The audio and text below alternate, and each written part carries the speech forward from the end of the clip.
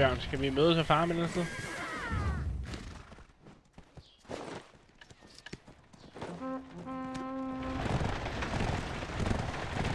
Vi mødes bare på de der... Hvad vil du helst? Sarsens eller de andre? Det er på YouTube. Søg på på YouTube. Og hvad siger du? Ja, Iron Mine, hvor er den hen?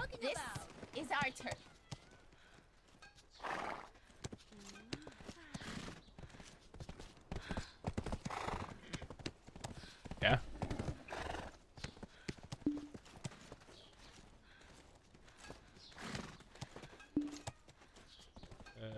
Nej. Og det er 70-90, siger du? Der. Ham der er sådan, med sådan en rustning på-agtig, sådan... Ja.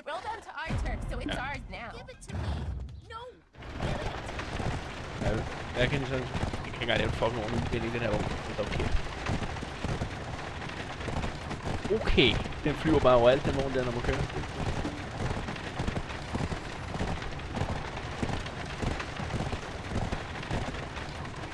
Ja, der er godt nede ved den der Iron Mine der.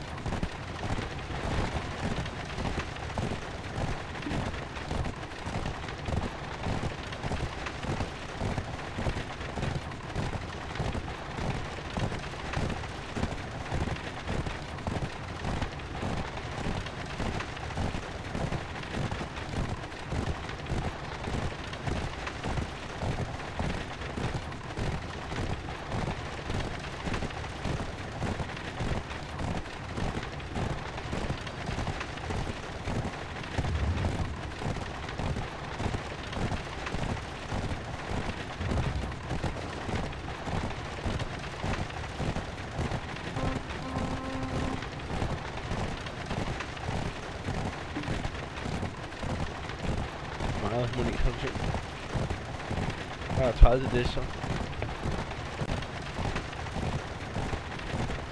Du hørte mig.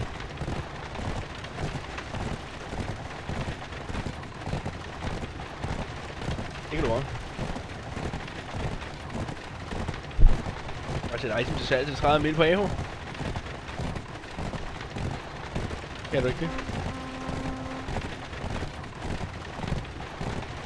Nu skulle du være så counterconstructive. Kan du høre undskyldningen, jo? Kan du høre, hvordan det bare vælter ud her?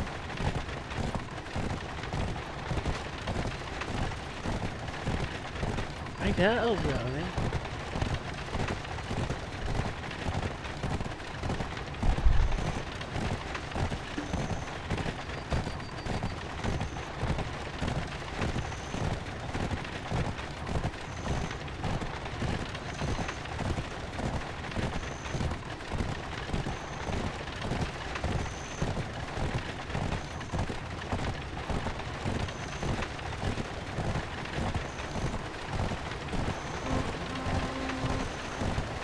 Jeg vil bare have fjernet musikken på dit spil. Jeg spurgte bare der. Okay, shit. Der kom hjerneblødningen bare, mand. Jeg kan bare mærke, hvordan blodet det stille og roligt fyldt hans centrum af hjernen op. Der er ikke mere tilbage, der er ikke mere.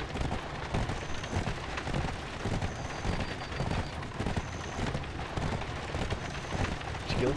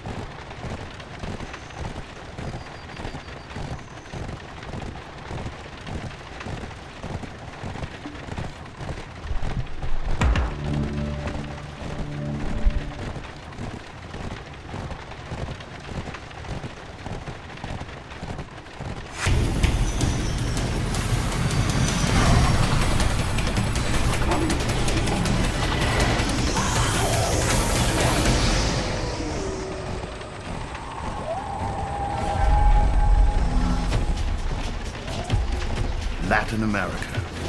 A wild world of adventure, mystery, and danger. Extreme realms giving life to extreme animals. Many deeply rooted in legend in a sacred, mystical land. But which will top our list of 72 dangerous animals Latin America?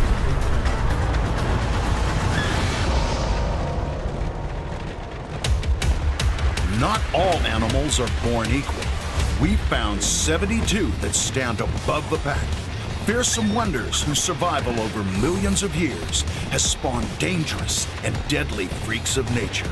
Every episode, we'll pick a tournament winner, with our 11 finalists facing off in a grand finale to decide who gets trophy title in 72 Dangerous Animals Latin America.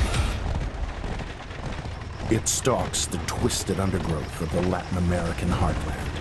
A cunning, camouflaged apex predator whose beauty belies its killing prowess.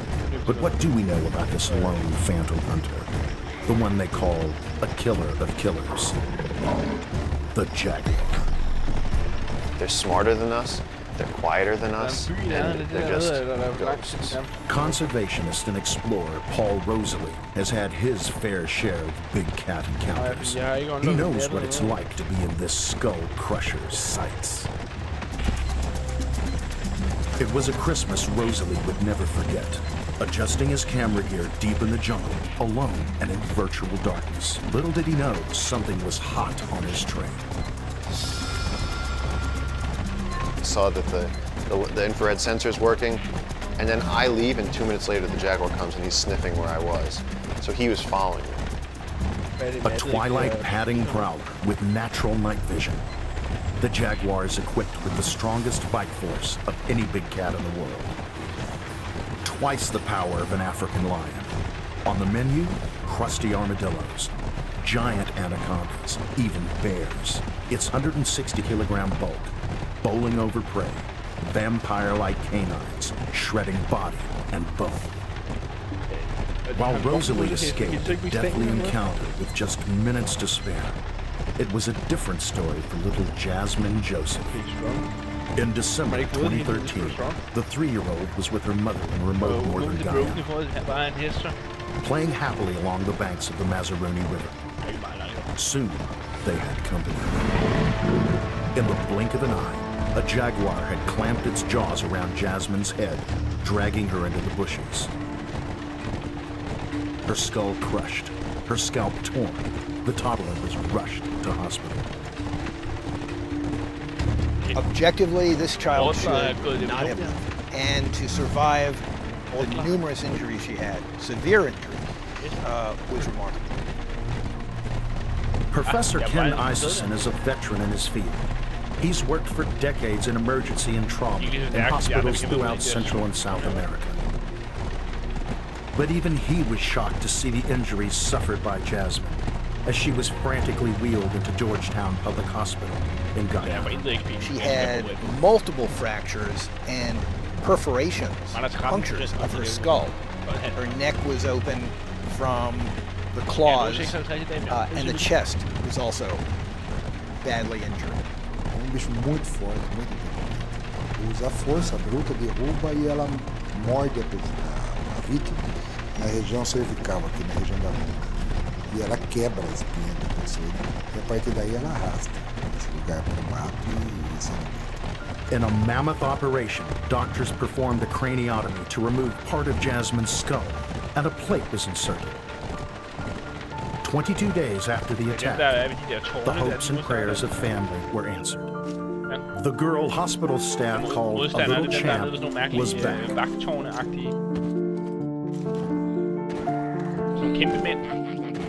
In an eerie twist, it wasn't the first time Jasmine had been attacked by a jaguar. Only a few weeks before, she had another close encounter where it walked away with just a scratch to her foot. Proof that when you're in this feline size, escape is seldom an option. For little Jasmine, her scars are not just seen as evidence of a miracle, but of a deep, spiritual connection. Latin America's most powerful predator comes with a rich history steeped steeped in myth and legend. A night stalker, it has deep ties with the moon. Its ability to climb, swim, and kill in a single bound, woven into fantastic tales of warriors, monsters, even werewolves.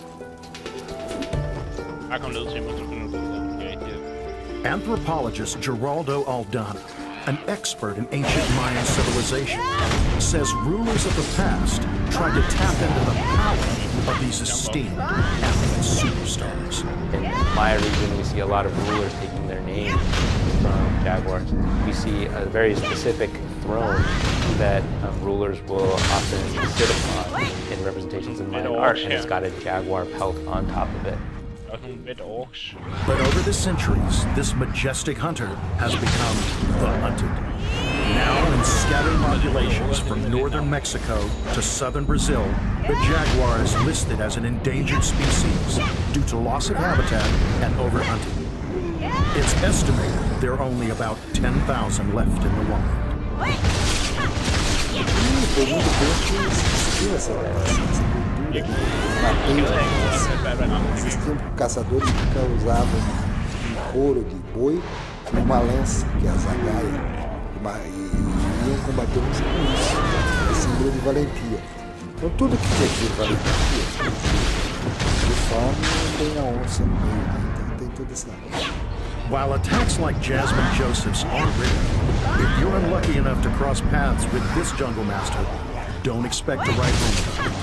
People ask me, like, what if I get attacked by a jaguar? A jaguar going after a person, in the unlikely event, it's not a problem, because you won't know it's coming, and when it happens, it'll be over so quick.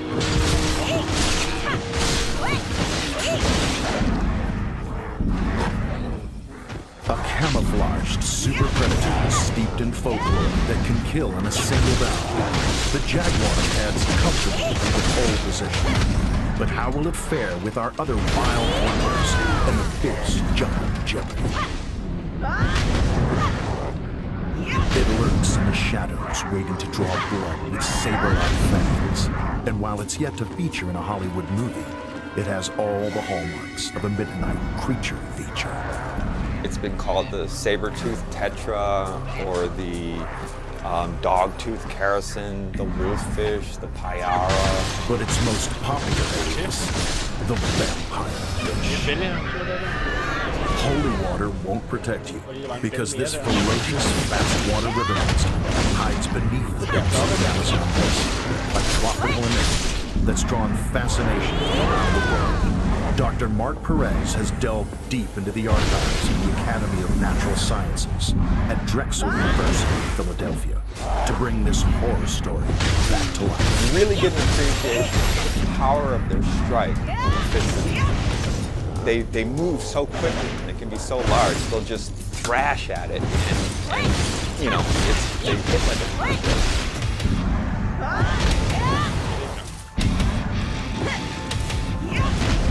An angler's prized catch. How big are we talking when it comes to those two famous ice-big jaw crunchers?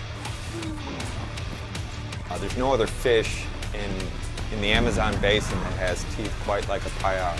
Now these teeth, they're quite formidable, extremely long, fang-like teeth that it uses to immobilize its prey. Strike. Yeah, they get pretty long. And how does this fish that hunts like a great white shark get those spiky pearly whites into its head? If you look on the underside of the fish, it has its upper jaw, it has two cavities. So the fish's bottom teeth fit into these cavities, and as they grow, they'll actually push the top of the cavity. A Latin American slayer with mega mandibles. What's on the menu? Most likely flesh-eating piranha skewered and gulped down whole by this lightning-fast river monster that strikes like a Mack truck and jumps like a hurdler. According to legend, vampires can't be seen in the mirror's reflection.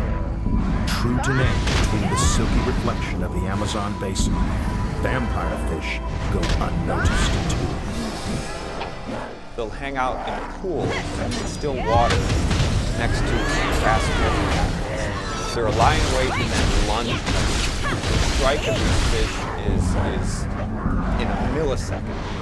It's so fast. Not surprisingly, locals are wary if they accidentally fall overboard into vampire fish territory. And while there have been few reported attacks on humans, could there be a reason why? Why haven't I heard any reports? I don't know. Perhaps everyone they've attacked has died and not lived to tell the story. Thankfully, for the most part, Payara has its sights set on other fish, not human river dwellers. A prize for anglers in Venezuelan restaurants, barbecued Payara is a delicacy for diners. But whichever way you take your vampire fish, it might be a good idea to add a slice of garlic.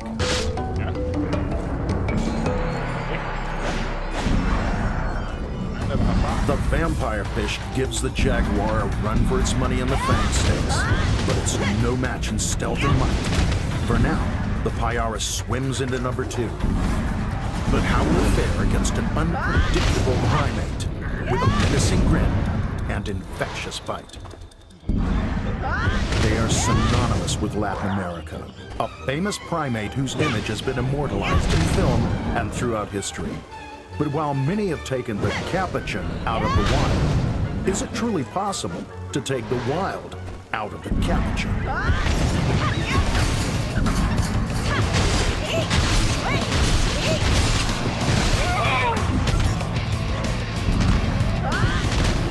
When they get angry, they get really angry. You don't know what's going to set them off. It could just be they're having a bad day.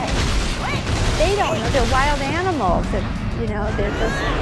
They can't change who they are. Carrie Bagnall is a capuchin monkey's best friend. Where others fear to tread, she has embraced the violent, angry, and abandoned. This is the last stop for wayward primates with a dark history. A spacious, loving haven, Jungle Friends Primate Sanctuary in Florida. Here, you'll find 300 feisty residents, many of them capuchins too hot to handle. Tossed aside by frightened owners or seized by authorities.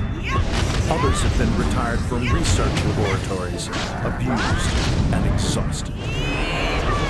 They have a lot of very weird behaviors, a lot of behavioral issues. They'll self-attack, and they'll literally harm themselves, biting off toes or fingers and pieces of toes. They just go crazy living in captivity. Carrie knows each hairy house guest by name.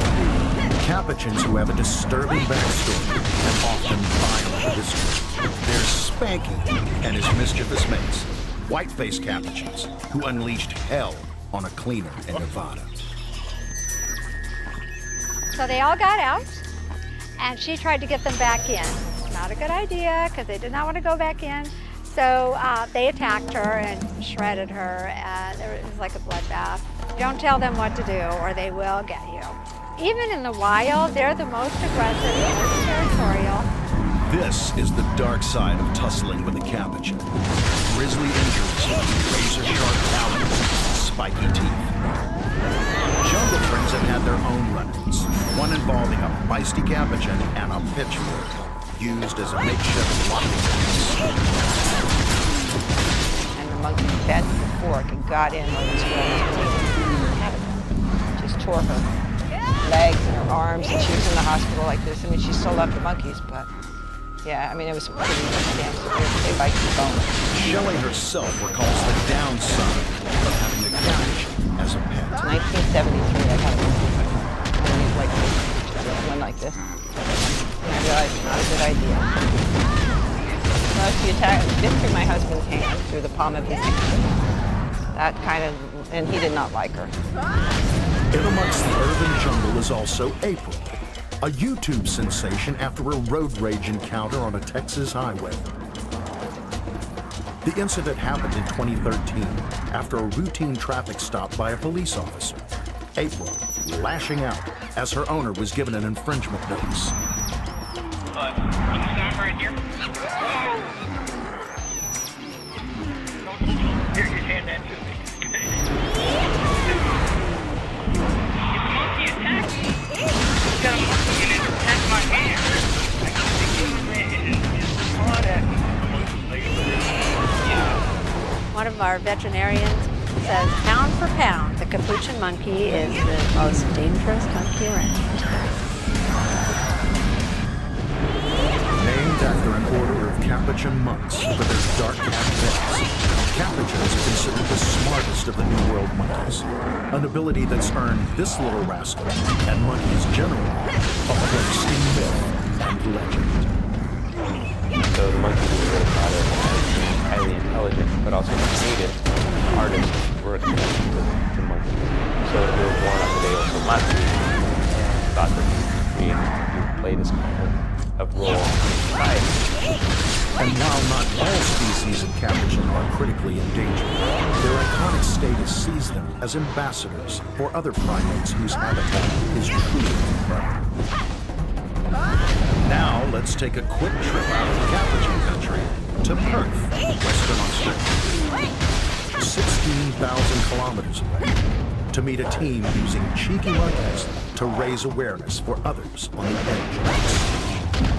60% of primates are in fact endangered or critically endangered, and by having this amazing species here, which is quite attractive for the public, they really highlight that other primates are in danger of extinction, and also highlights that habitat loss, degradation, including fragmentation, is a real issue for primates in the wild. For Carrie Bagnall, it's a simple answer to the question of whether you could ever take the wild out of one of these Latin American animals. Monkeys are wild animals. They are not domesticated, they are not trained or tamed or any of that. They are wild animals, and they need to live a wild life. A spunky monkey that's a ticking time bomb takes a serious swipe at the vampire fish. It knocks out the Payara and swings its way into number 2. As for our king cat, its claws are still firmly locked into number 1. But stepping up to the plate is a tropical terror with giant fangs and a bad attitude. March 2013, the dense wilds of Costa Rica. For Steve Rankin, an experienced TV producer, it was just another day scouting for locations for his jungle survival series.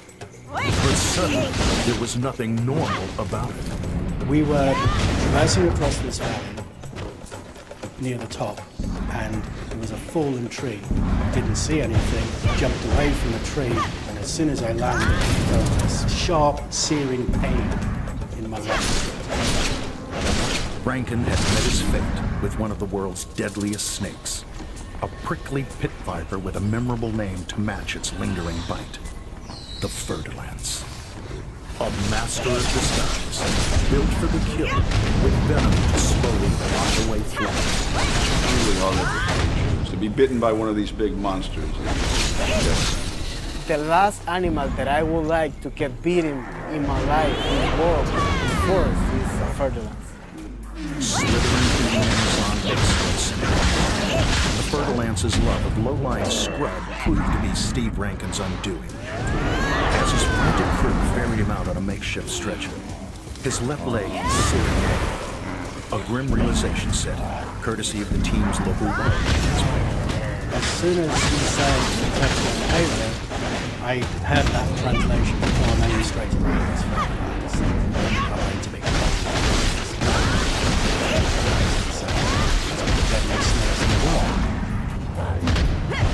Bumping through the TV producer's brains was a cocktail of lethal myotoxins, capable of massive internal bleeding, organ failure, and necrosis, or loss of limbs. Arriving at the hospital after a grueling trek to safety, Rankin was given life-saving antivenom by doctors, but there were no guarantees.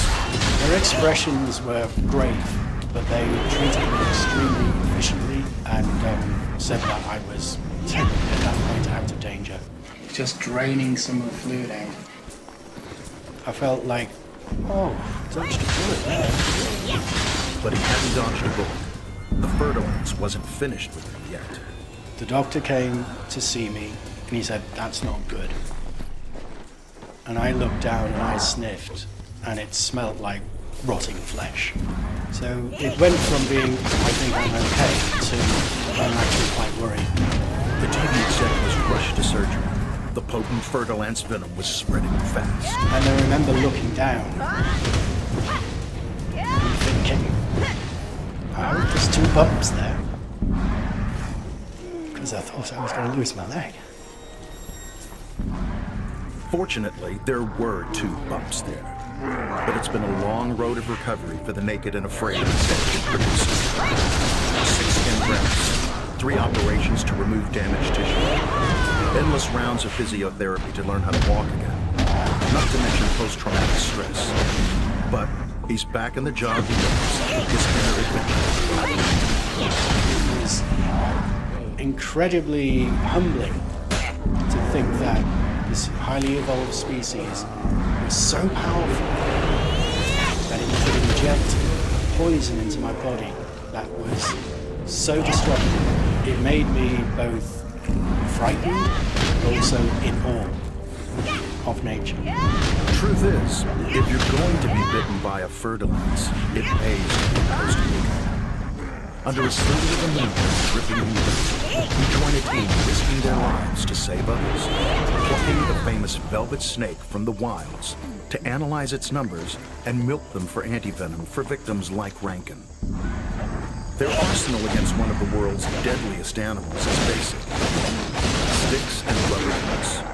But they are experienced, and none more so than local hero herpetologist Professor Mahmoud Sassa with the prestigious Instituto Clodomiro Picado and the not-for-profit Organization for Tropical Studies. So why a night hunt? Because this species is nocturnal, so the activity is basically during the night. Soon enough, the devil of disguise reveals itself. You see it? It's over there.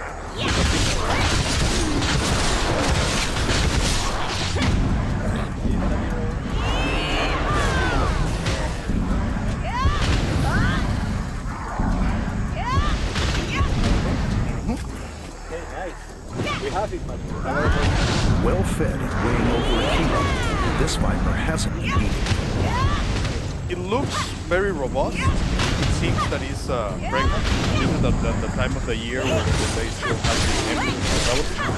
They're going to be hatching in a month and a half. By learning the biology of these animals, I hope to be able to reduce the risk that humans have in their encounters.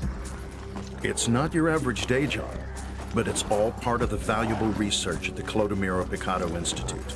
Despite stringent safety regulations, accidents do happen. Institute herpetologist Fabian Brunel knows exactly what it's like to be on the receiving end of a Bothrop's asthma.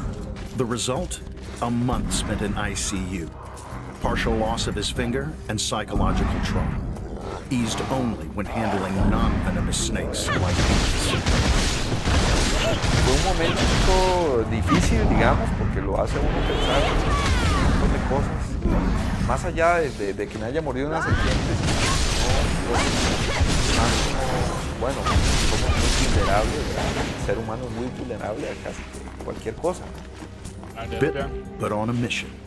The young biology student is part of the Institute's team to educate the local Costa Ricans about the dangers of the deadly fer-de-lance and what they can do to avoid attack. It's an increasingly terrifying proposition as man encroaches upon nature's habitat, only to have nature like that. We have more people getting beaten by fer-de-lance because of the destruction of their habitat. So they go to the fields, they get adapted, and they get a good and stable source of food, which is going to be rats and mice. And of course, people have to work in this field, so they will get beaten, and that's a big problem nowadays. Hvor blev mit G-sæt af der? The only producer of antivenoms in Central America, Clodomiro, churns out 100,000 vials a year. Not just from the fer-de-lance, but other legal streams, exporting the precious serum to countries all over the world. 100-year-old practice, tiny amounts of venom are injected into a horse. Not enough to hurt him, but enough to stimulate the animal's natural immune system. Antibodies are produced and then extracted and purified, giving scientists their liquid gold that's saving lives. Lives like Audrey, a 16-year-old walking miracle whose snake tail is as frightening as it is phenomenal. It all began back in the spring of 2016. The vintage Jeg ved, at bjørnen har sådan en hemorridecreme. a tropical island paradise nestled on the edge of the Caribbean Sea. Heading out for dinner, suddenly little sister Lydia saw a snake lunge from the bushes. Lydia had seen the snake attack Audrey and turned around and said, "Mom, I think that snake just bit Audrey." And I look at Audrey, and sure enough, she's got two little blood trickles running down her ankle. Within minutes, Audrey had collapsed and gone into seizure. Hotel guests rallied around, helping scoop up her lifeless body, rushing the teen to the local clinic. This is the image captured by Dad Graham Benton. The diamond-shaped markings and triangular head confirming the ghost. Audrey had been bitten by a corroding vertebrates. Excitable and unpredictable, the Bok-Bok's aspect makes up for its inability to see, smell, or hear. Heat-sensing pits located between its eyes and nostrils pinpoint the prey in total darkness. This time, Vi skal finde et bedre sted for ham, Bjørn. Kan godt mærke, det her, det bliver det. They're very cryptic, quiet, and they don't move much. They change.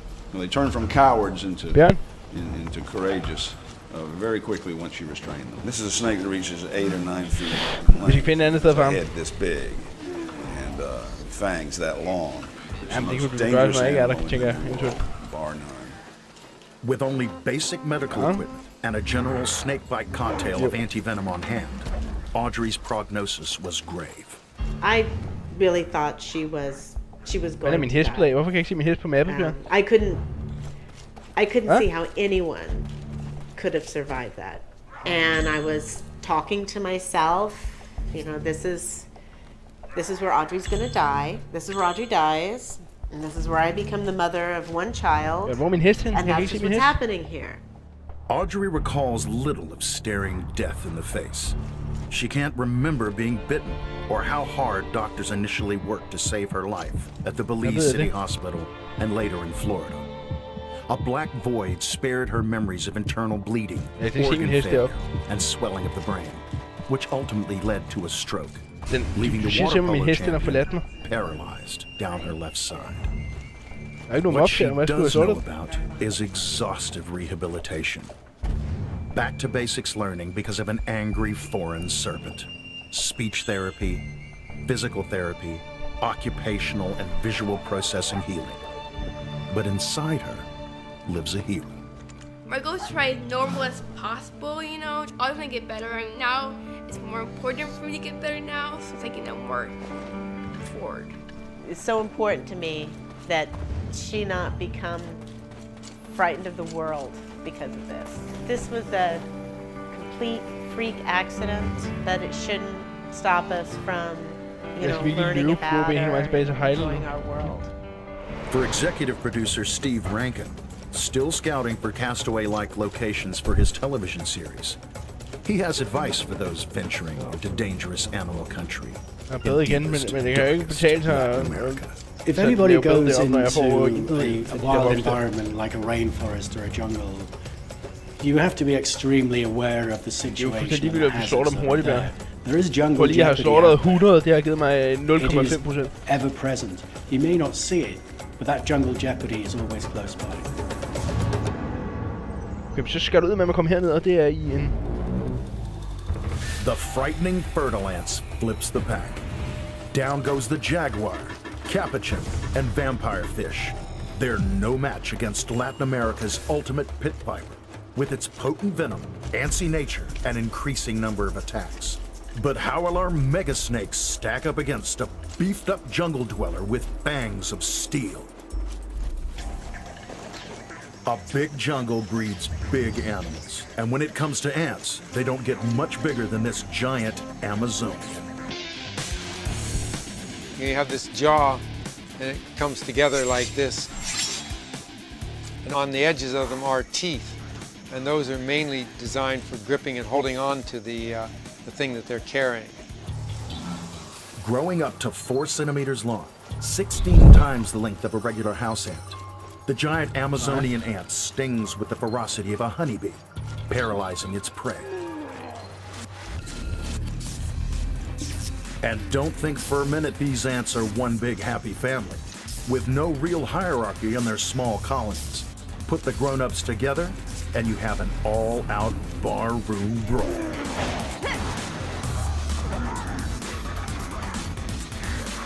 But when it comes to adults, if you try putting an adult from one colony into the other, they will fight. Put the young of that other colony, they don't.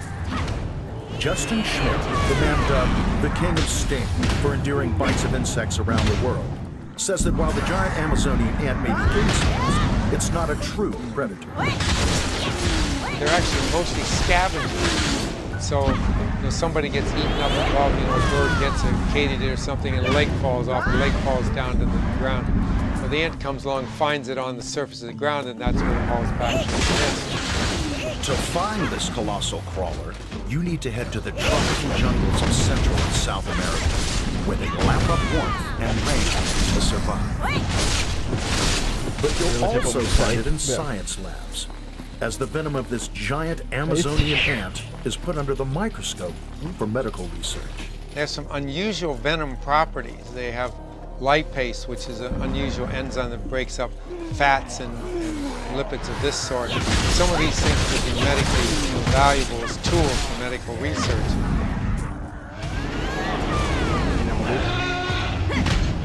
Its genus name, Dinopanera, may well be derived from dinosaurs. But the King of Sting won't buy into popular fiction that we share our planet with terrifying Jurassic Worlds. Sorgen er helt klart det sjove.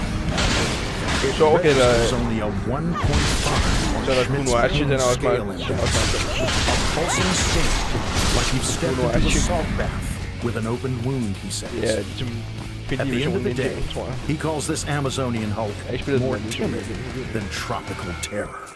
They're pretty much like dark, non-fuzzy teddy bears. How can you not like them? They're a perfect pet. Get a cage full of giant dinosaur ants and what else you need. The Amazonian ant may be of giant proportions, but it's nipped in the bud by our heavyweight lineup. It scampers into 5th position. The jaguar, capuchin, and vampire fish hold their own, while the venomous bite, the fertilans, keeps watch over them all at number 1. But it's not over until the Orinoco snaps, prepared to get up close to the biggest crop in Latin America. Rule number 1, if you're going to get close to a wild Orinoco crocodile, expect the unexpected. Det var jo ikke en mobs-klansbil, det var lige pludselig lå du bare til venstre ud og sige til mig. Okay. But first, meet the beast that's been evolving for 85 million years. Jeg skal bare sidde med mit øje klistret til minimappet, bare tage ud af kraniet og så klistret til minimappet, har du tænkt dig? Orinoco crocodile rates at the tops as a predator. It's a very successful predator. Jeg kan ikke holde ud at se, hvad det lort, de laver alt sted. You throw something, they just attack. Jeg tager slå dem her, det er jo spændt. You have to travel to one of the longest tributaries in South America, the Orinoco River, stretching for over 2,000 kilometers. Pretty in pictures, it's what you can't see that's so dangerous.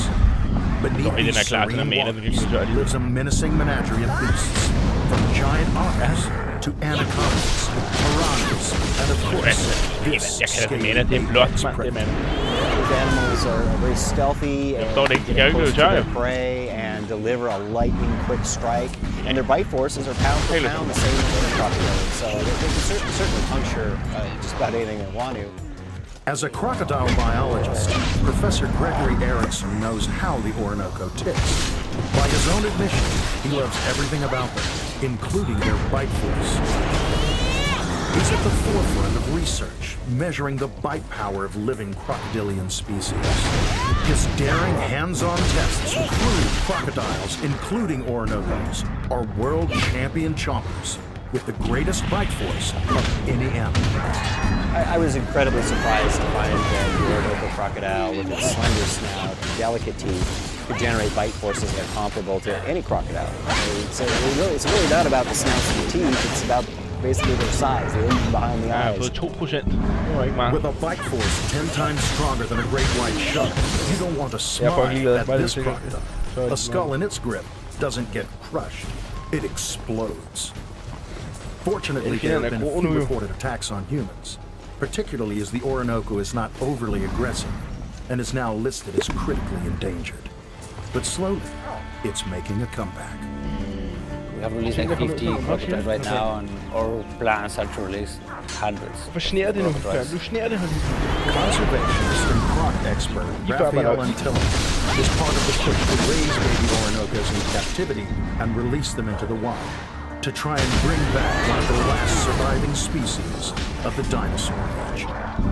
Well, without captivity programs, it's a very hard future, because we have seen that there is very few population in the wild. Just one population has recovered a little from the numbers in the rest of the populations are declining. So we are convinced that we have to... Prized for their super soft skin to make fashion accessories, the Orinoco's population numbers have plummeted over the decades. From over 3 million 100 years ago to less than 1,000 today. 84-year-old Jose Domingo Amaro remembers a time when Orinoco croc hunting was all the rage. Given his first harpoon at age 14 in 1933, he would kill Orinocos, locally known as caimans, as a means to support his community. No sé qué cuántos caimanes, pero si hagan maté como unos 1000 caimanes, yo creo. Si uno me tiene miedo a un toro, pues el toro lo cornea. Así mismo el animal, un tigre, lo que sea, cualquier animal. Si tiene uno miedo, pues el animal lo molesta a uno. 200% extra combat XP i Here's a tip if you do ever come across an Orinoco crocodile. Breeding season runs from January to June. A good time to stay away from nests, unless you want to bite from a force-generating machine with jaw power like a T-Rex. Even before the attack, they have a display where they say, hey, I'm here. They clap the mouth, they move the tail, but far from you. They say, be careful, I'm here. If you get closer, they attack you. But you have a time and space for not to do that. What if claims if you poke a croc in the eye, it releases its grip? It's true, you can read that if you put your fingers in the eyes of the crocodile, he opens the mouth. I don't know if it is true or not. I never try, I don't want to try. Big Orinocos are one thing, super crocs another. Long-distant relatives that once roamed prehistoric South America. There's no doubt that this animal was capable of killing just about anything in its realm, and I think giant snakes would have been on the menu too. Not surprisingly, Dino-era croczillas have earned a place in the local myth and legend. The powerful beast's soul connected with the night sky's ethereal Milky Way. But we have these mythological records from not just the Aztecs, but also the Maya that go throughout Mesoamerica that talk about the formation of the universe. And when it's first created, there's this gigantic crocodilian beast, and it's ferocious. And it was trying to just devour everything in its path. In fact, what they did was they pulled out its soul, and its soul became the Milky Way, which you see in the night sky, and its body, the body of this crocodile, is the surface of the earth. And while these prehistoric animals are now a protected species, they are still at risk from illegal poachers. But there are those who remain optimistic. Orinoco numbers will one day flourish again. Orinoco crocodile is amazing, beautiful, and endangered animal that we have to take care of him. Keep my fingers crossed that this animal can make a comeback. It's really a magnificent animal. So what did happen during our shoot, thanks to a big, snappy male crocodile? Vital hearing. Let's just say zoom lens nil. Yeah, you got him. Orinoco 1.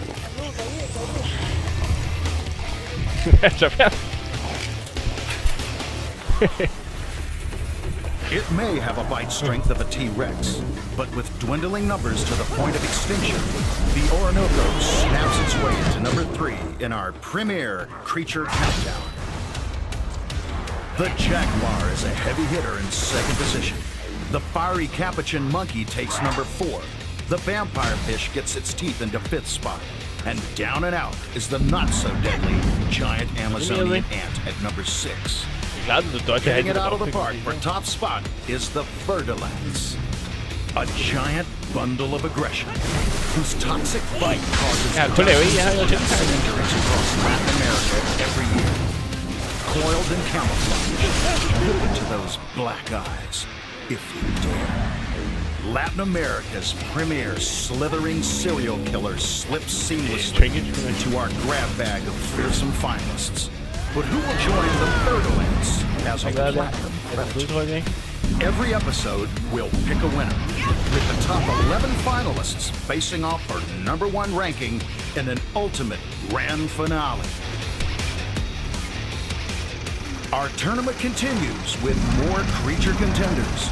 A deep-sea predator squares off against a blood-sucking vector and infamous pit fight. And who will take the crown when a black widow does battle with a giant lizard and carnivorous predator?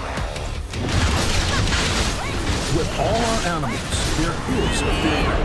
Dangerous by design. They're unlikely to strike unless cornered. Look, but don't touch when it comes to these brutal yet beautiful beasts. Show respect. Admire them for their majesty, their power, and their adaptation to survive. As we count down the extraordinary in the 72 dangerous animals of Latin America. Hvordan har du tjent alle de penge der tidligere i dag? Kan du ikke lige explain? Du kan tjene penge på det.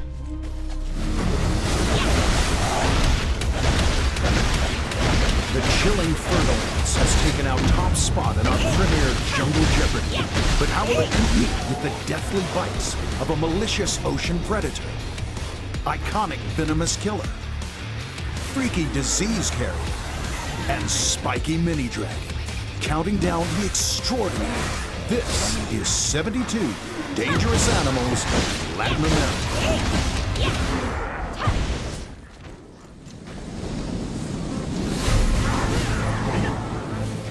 It's built for the kill. A 9,000 kilogram, 9-meter long powerhouse. A creature of the deep that rules the waves. The killer whale. They're cunning. They have the power, they have the speed, and they clearly have the ability to get just about anything they want. For centuries, the sheer size of this ocean giant has evoked fear and admiration. What is in fact the world's largest dolphin comes equipped with human-like emotions. An apex predator with the ultimate edge.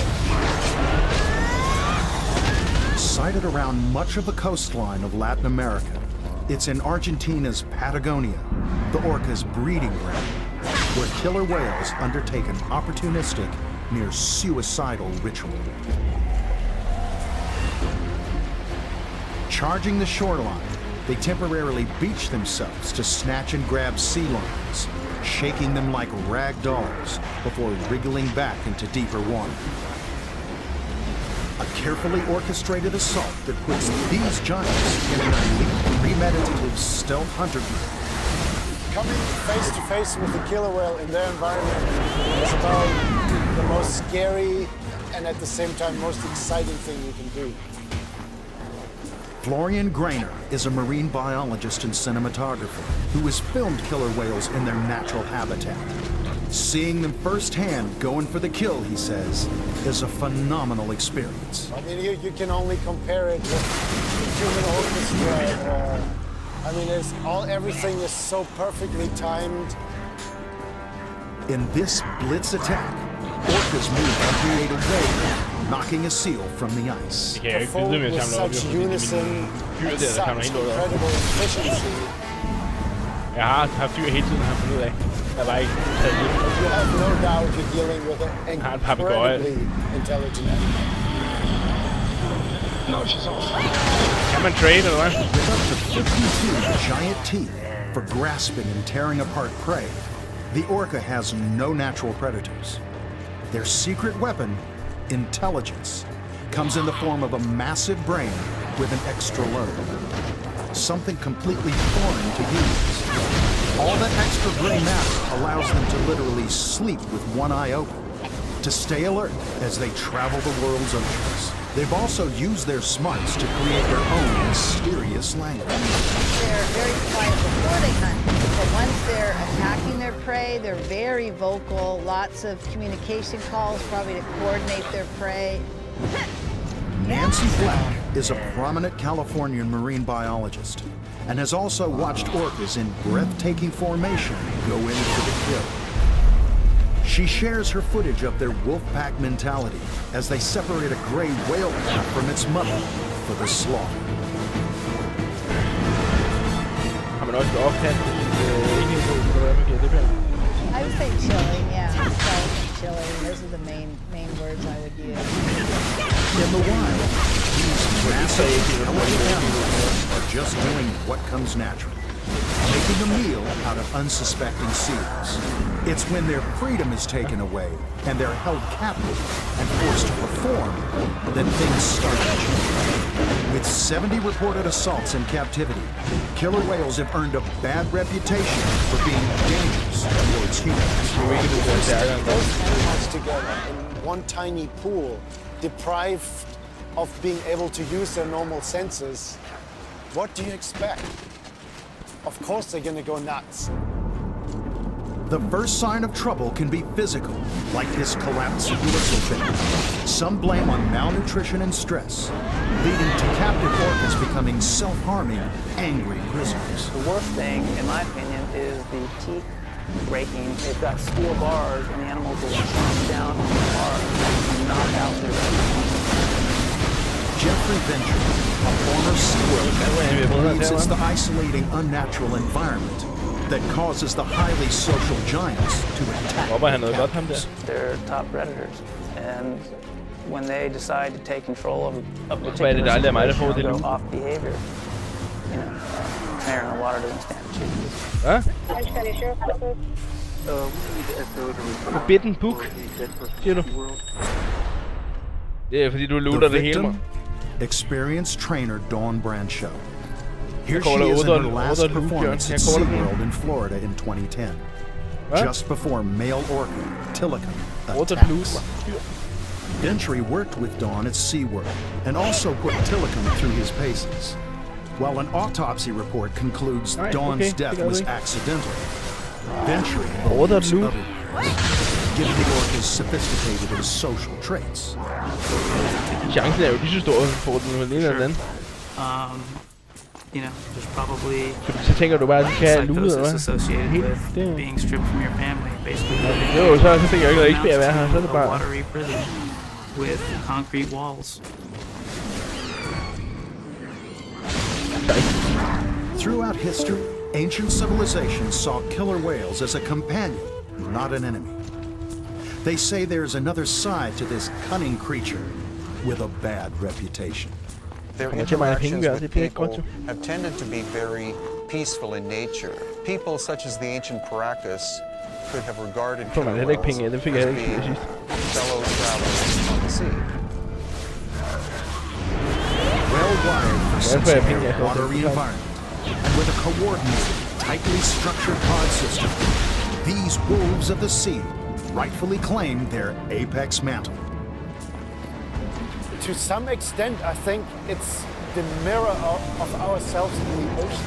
It's the most capable predator in the ocean environment.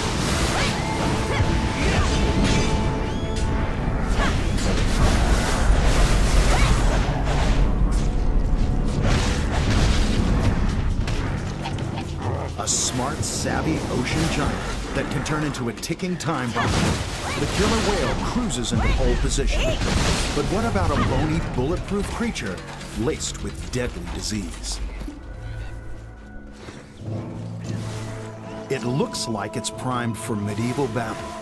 A mini war tank with a strong armored shell. But what lurks beneath this Ninja Turtle-like exterior? An animal with a clever getaway plan. You have to look to other quirky creatures to find a connection with the fascinating armadillo. The sloth, the slowest moving creature on the planet, with flesh-slicing claws, and the long-nosed, fierce, hairy anteater.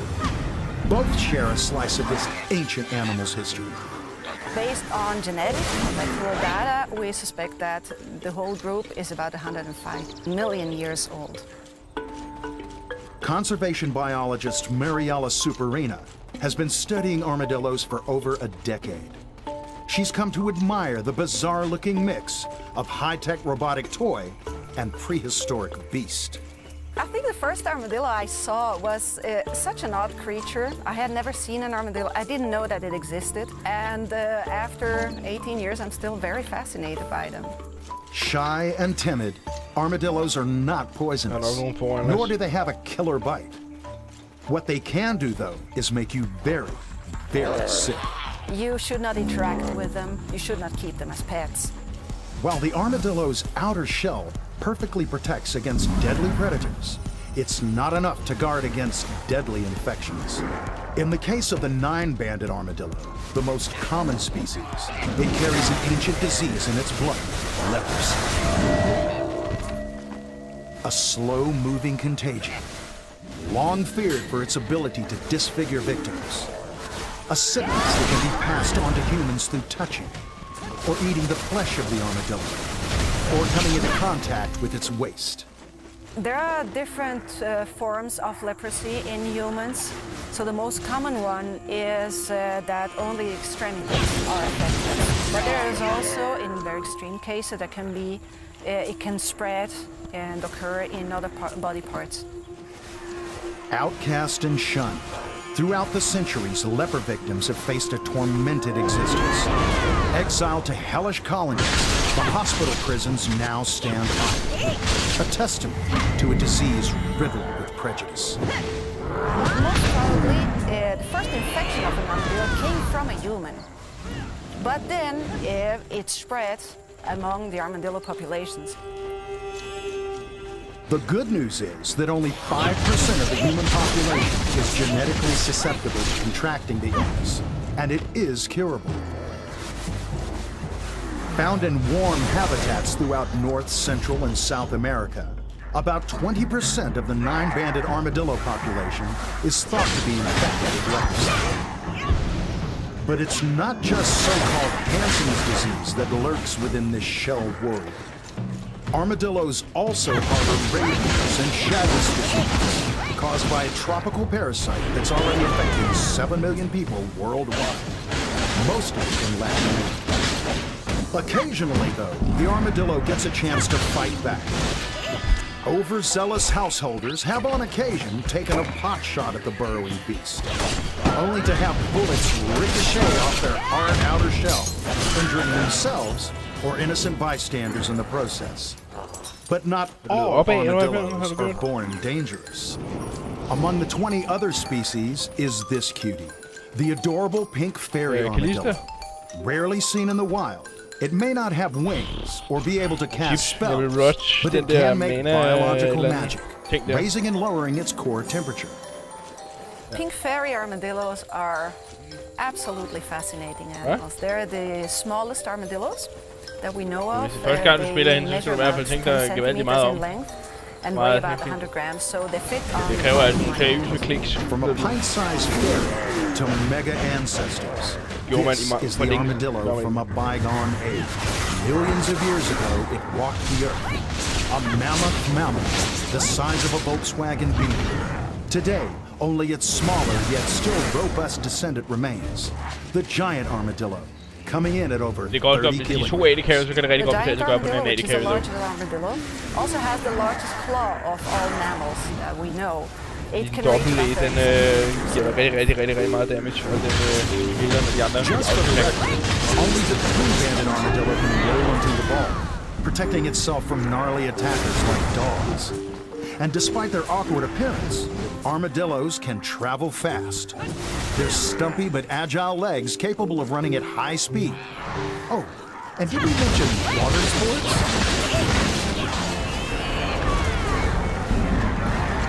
So as harmless as they seem, it's a case of close, but not too close, for this disease-carrying tough guy. Armadillos are very curious, very unusual and odd animals. That if you happen to see one, you should not be scared. But you 3 should, mil. yes, Jeg har måske enjoy fået seeing 30.000, such an men det unusual er animal. ud meget.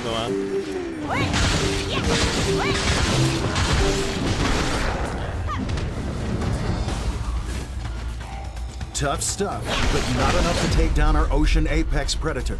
The orca stays at number 1. But what happens when giant dolphin meets infamous snake? One with a warning bell.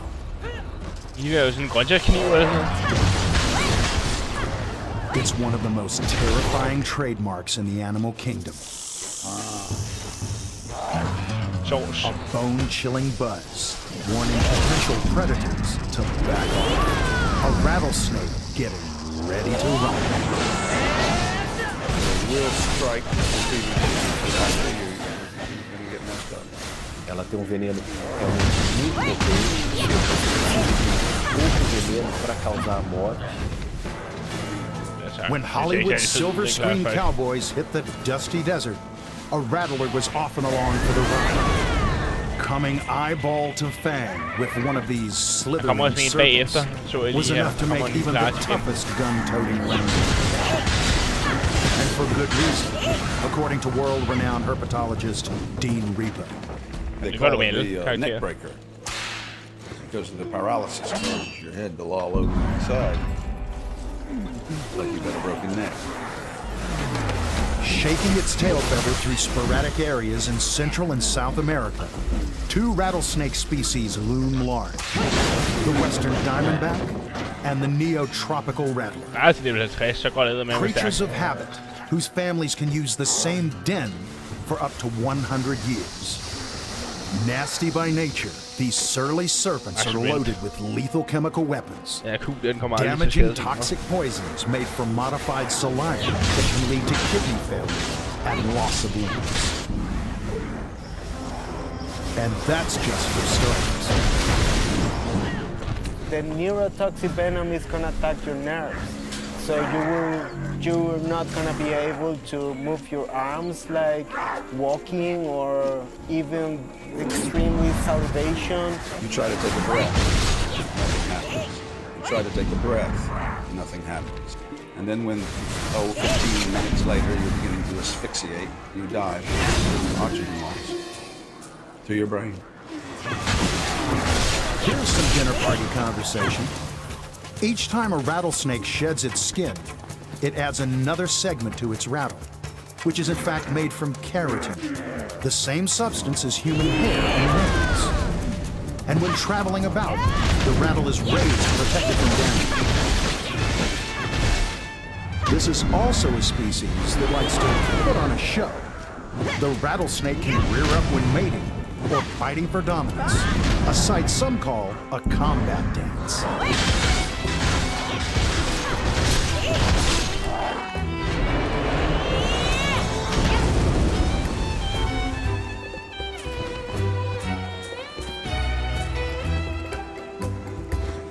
In reality, beneath that tough, scaly exterior lies a timid terror. Despite popular myth, rattlesnakes don't seek people out. But it doesn't take much, though, to get these prickly pit vipers into attack mode. It's a very serious bite. They are extremely irascible. I would say they're mean. And you can forget about that old cowboy trick of sucking venom out of a rattlesnake bite. It's an urban myth. Snake toxins travel too quickly around the lymphatic system to stop them. And you risk poisoning yourself, as pure venom can enter the bloodstream through open cuts in the mouth. And drowning it in alcohol. Nothing to worry about. Everything's under control. That's an old wives' tale, too. They would drink alcohol to try to survive the bite. Mostly they would just get really drunk and then look like to fall off. What is fact is the rattler's incredible power to save lives. From potent painkillers, 30 times more powerful than morphine, to surgical glue that replaces stitches, scientists hope this viper's venom might be a treasure trove helping to develop a new haul of disease treatments, including the fight against some cancers. Hoje nós sabemos que muitas dessas proteínas, desses compostos, funcionam como excelente antibióticos, atividades antifúngicas, contra células tumorais. O potencial que o veneno representa, ele é muito grande. It's why scientists say rattlers should be seen as more meaningful than malevolent. One of nature's curveballs with a fistful of venom that strikes a fine balance between the good, the bad, and the life-changing.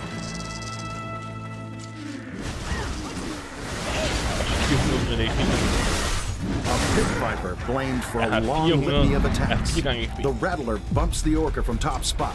The armadillo scuttles to number 3. But how will the trio tally against a small but deadly sexual cannibal? She's a purveyor of pain. A long-legged web dweller with venom 15 times as strong as a rat's. Black as night, with a scarlet warning stripe. This is one lone meadow. An arachnid so legendary, her name has been woven into film and literature.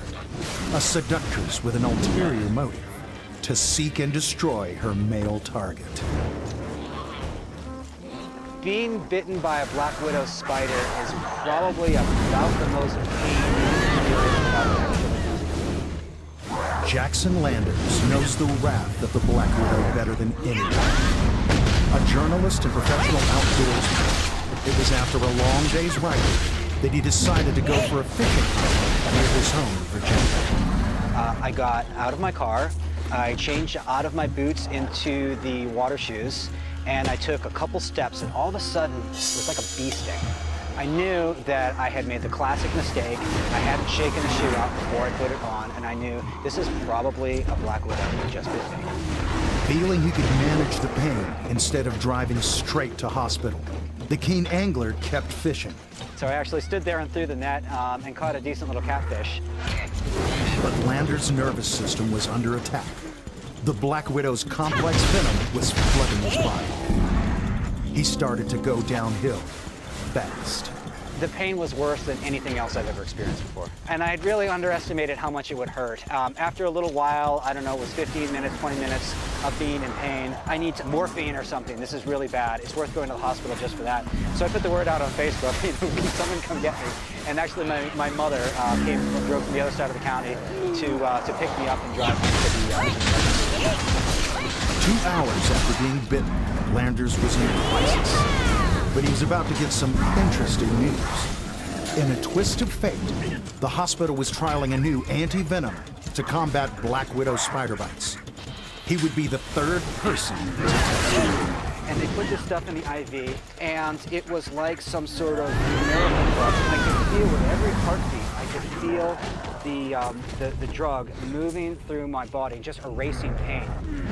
With luck on his side, an hour later, Landers walked out of emergency and headed for home. Large venom glands pump the widow's poison down through 2 hollow defenses, jaws that pop out when needed. Interestingly, that red stripe is not always red. There are about a little more than 10 species in Latin America. They also have that shiny blackness, but the color patterns on them is a little bit variable. Some of them have a red stripe or even yellow stripe across the top of their abdomen. Arachnid expert, Associate Professor Greta Benford, has another name, Spider Woman. She's got to know the intricacies of the Black Widow and its potent venom, which contain a cocktail of poisons. A spider whose name has become synonymous with a dangerous lone female assassin who sucks the lifeblood out of males she's mated with, creating a pile of luckless victims. In the case of this legendary arachnid, she does live up to her moniker. When prompted by strong hunger, the black widow kill and eat the male after mating. They're called the black widow because they're these shiny black, and the females eat the males as part of the mating process. And so in human lore, female murderesses can be called black widows, especially because they're not being mated with. Inside the spider's venom is an enzyme so powerful it breaks down the victim's insides.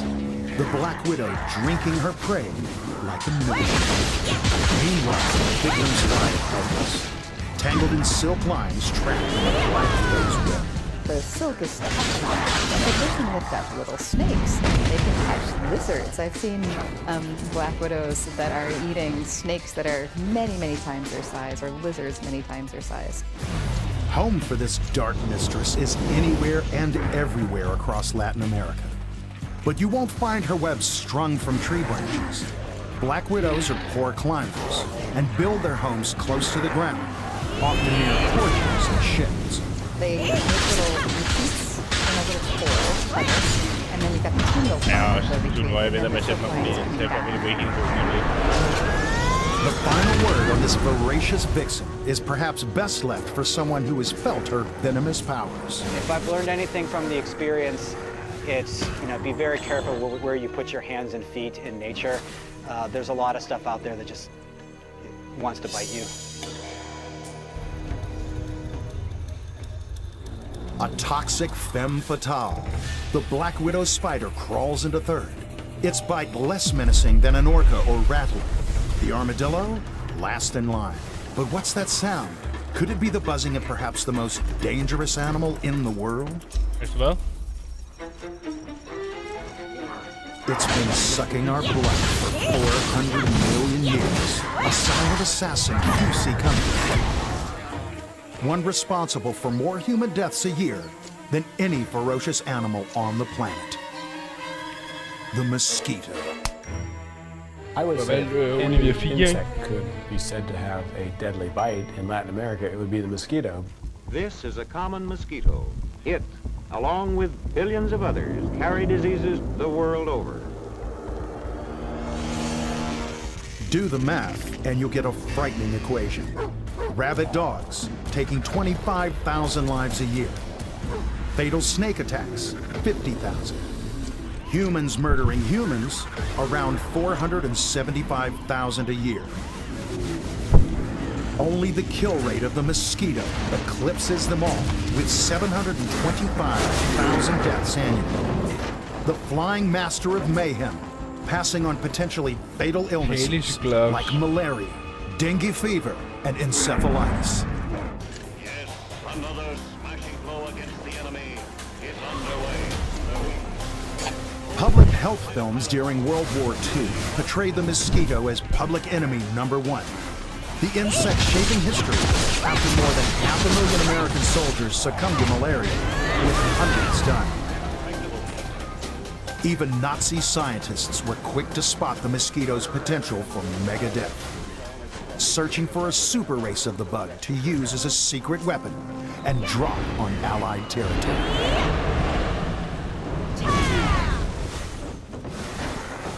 In modern-day Latin America, this is ground zero for mosquito fever. The dusty and tolerant streets of Recife. Here, you'll find victims of a 2015 outbreak, heart-rending tales of a virulent virus. Thriving in tropical climates, Latin America is the perfect breeding ground for this mega killer.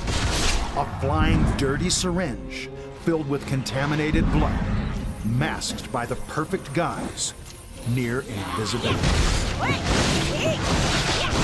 Recife is no exception, with its sprawling shantytowns built over contaminated water. Rosaline was just 2 months pregnant when she was bitten by a tiny insect that packed a life-changing punch. Her son, Arthur, was one of the first of thousands in the region to be born with microcephaly, a birth defect believed caused by the mosquito-linked Zika virus. A rash was the only sign that something was not right in the womb. Mas, mais pra frente, quando o neném nasceu e começou a aparecer a monte de criança, foi que disseram que era a Zika. This is an Aedes mosquito, the genus behind the Zika outbreak. While it may not have visible weapons of mass destruction, it's a deadly winged assassin capable of not only transmitting Zika, but other deadly viruses, like dengue fever, to millions. Aquele formato do crânio, aquele excesso de pele que não é uma coisa tão comum. Dr. Vanessa Vanderlinden comes from a family of talented physicians who have made a startling discovery.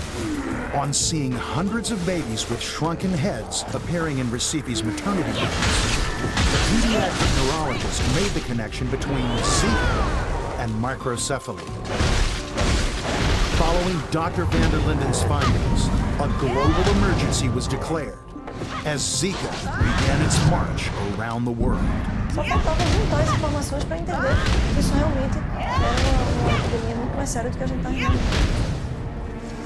As if disease-carrying mosquitoes are not enough, scientists have found the flying vectors may be able to infect us with more than one virus at the same time. Oh, and that's the female mosquitoes bite. Males don't bite.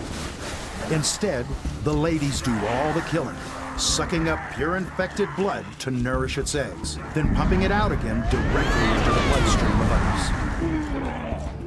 While the Zika debate rages on, a new mosquito outbreak is ravaging Brazil, albeit an old foe. The country is in the grip of its worst yellow fever crisis in decades, one that's taken authorities by surprise. There is no treatment for it other than to support you, but there's no antiviral medicine. If you have yellow fever, you're either going to live or die based on how you get through that episode. Dr. Bill Mutt is an infectious diseases expert and has watched bodies shut down and turn a shade of nicotine yellow from an age-old disease. You get lots of from the viral effects. It causes liver failure. That's where the yellow color comes from. Your jaundice, your liver failure, your kidney failure. Destroy the mosquito and you will wipe out sickness and poverty. There will be health, safety, and happiness. So why not just eradicate public enemy number one? They use insecticide, they can develop resistance, and they have kun på den server. Det er noget, man betaler for, og så får hele serveren. Different sites. They feed many times on humans, which increases the probability of transmitting virus. Constancia Ayers is a scientific sleuth.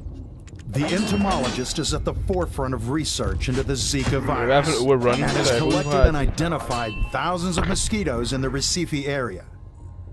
She says it's all too little, too late. We are talking about human lives. We need to be faster. We should not wait for epidemics to do something. For Recife's Zika babies, there is currently no cure and no vaccine, as a dreaded culprit continues its assault on humanity, one that's been around since the dawn of time. Mosquitoes are really still need to learn a lot about mosquitoes in order to develop efficient strategies to control them.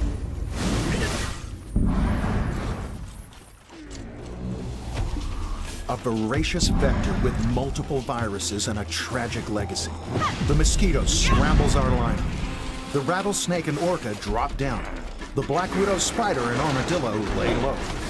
Next up, a Latin American icon, but don't expect it to play nice.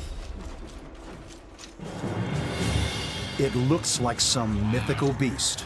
All scales and spines, a primitive Latin American icon that screams dinosaur. So what happens to a jungle denizen with a facade like a mini dragon?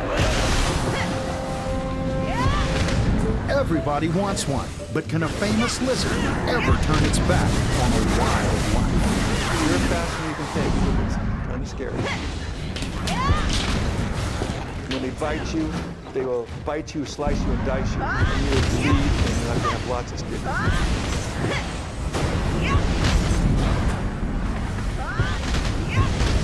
Want to know what an iguana is thinking? Then talk to Jim Hatfield. He's been studying the spiky reptile for more than 30 years. Not only has he researched iguanas in the wild, he's conducted more than 800 interviews with veterinarians, owners, zoo specialists, and pet store proprietors. The outcome is an ultimate iguana owner's manual. Everything you ever wanted to know about this arboreal beastie, but were too afraid to ask. They don't have a pea brain. They're fairly intelligent. They can discern from different people, so they're very smart. In Latin America, the iguana's footprint is broad. You'll find it in rainforests clinging to tree branches with claws like ice picks, descending only to mate, lay eggs, and change trees. One of nature's quirky additions. They have a third eye on top of their head, and they can see light and dark shadows. It looks like a little lens. If a bird of prey goes across the top, they'll see the shadow and they'll duck, they'll get out of range. From here, about this point, they can get stereoscopic vision. They can see it in 3D. And that's not all. Those signature circles on their lower mouth, they're salt glands used for excreting bodily saline fluids. While their 100 sharp serrated teeth are like a piranha's, with an added row just in case. When these start to wear out, they drop out, the next set move over, just like shark's teeth. But little teeth can mean a big problem when these wild wonders hit suburbia. Docile in their natural habitat, eating plants, not animals, to survive, the exotic iguana has morphed into a Jekyll and Hyde city dweller as it tries to cope with expectations of being a user-friendly pet. Despite growing to 2 meters long, being able to run 40 kilometers per hour, and weigh as much as an 18-month-old child, some 1 million iguanas are imported into the United States annually, arguably the pet trade's most common reptile. Here's a great question. Should I get an iguana? And I'd say no. In his extensive research, Hatfield has chronicled the results of trying to integrate a Latin American legend into society. One woman, working in iguana rehabilitation, caring for discarded animals by frightened owners, got the bite of her life. It was unbelievable. I bit her on the arm, and you see a line here, a line here, a line here. She kind of looked like Frankenstein put together. Fiercely territorial, it's during breeding season that the iguana turns bright orange and has only one thing on its mind. You just might get a surge of testosterone. You turn his head like you can just grab it. They're like a surgeon's knife. It's so slick and so smooth, so sharp. It just cuts you, and all of a sudden you're bleeding all over the place. The green iguanas, the males, the green greens, as crazy as a drunk driving a car with knives in their hands. They have the teeth and the claws, and they're just crazy. All I can think is about mating. It's the iguana who is the sore loser when it comes to humans wanting to boast about having a weird pet. 50% never make it out alive in pet trade shipments, and those purchased in shops often end up dying young, being set free, or turned over to the authorities. With iguanas requiring ample space, special lighting, and spicy enclosures, perhaps it's better to ask, how much is that doggy in the window, rather than, how can I tame a toddler-sized iguana? Theater of Repayment. Colorful and Repayment. The iguana can't compete with our frightful front legs. For now, it nestles into number 5. But wait, and it comes in the form of a lurking 6-meter monster and an incredible tale of survival.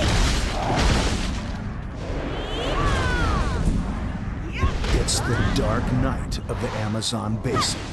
A grumpy, pitch-black predator that slinks through water submerged, but for red, piercing eyes, lunging like a great white shark to seek and destroy its prey. These animals are the dominant predator that's out there. One of nature's greatest killing machines. How many researchers does it take to carry a hefty black caiman? In this case, 5. Risky business, but necessary work at the St. Augustine Alligator Farm Zoological Park in Florida. Here, a vital survival plan is in place to understand a prehistoric species and bring it back from the brink of extinction. The black caiman is a very aggressive crocodile, particularly in captivity. When we work with these animals, they're something to watch out for. Weighing in at 500 kilograms and more than 5 meters long, not much gets in the way of the black caiman, a relative of the alligator. In calm, fresh water and flooded savannas, you'll find this beast of extremes. Colossal anacondas for breakfast, giant rodents in the form of capybaras for dinner. This is a lethal floating log known to make a meal out of its own kind. So testing its deathly bite is reserved for only the intrepid. A team headed by Dr. Croc himself, Professor Gregory Erickson, a crocodilian biologist from Florida State University. Oh yeah, nice bite, $6.91. Not bad for a juvenile caiman, but nowhere near the bite strength of a full-grown adult that can crunch 3,000 pounds. That's the weight of a car. If you lift a car, that's basically kind of forces pushing back the other way on those jaws. Think about it that way. It's holding on to the leather pads. I think it thinks it's not. They'll hold like this for 20 minutes or more. So we just got to wait it out. I mean, crocodiles are incredibly patient. With a bite strength stronger than an African lion and striking from out of nowhere like a great white shark, the black caiman is perfectly adapted to its kill or be killed hunting ground. But it's not just wildlife on this carnivorous river dwellers hit list. It's humans too. This shadowy, scaly slave is officially blamed for more attacks on humans than any other crocodilian species in South America. É cara que tá ali esperando em determinado momento. Big ass motherfucker over here. Ele modo de predação, ele é muito rápido.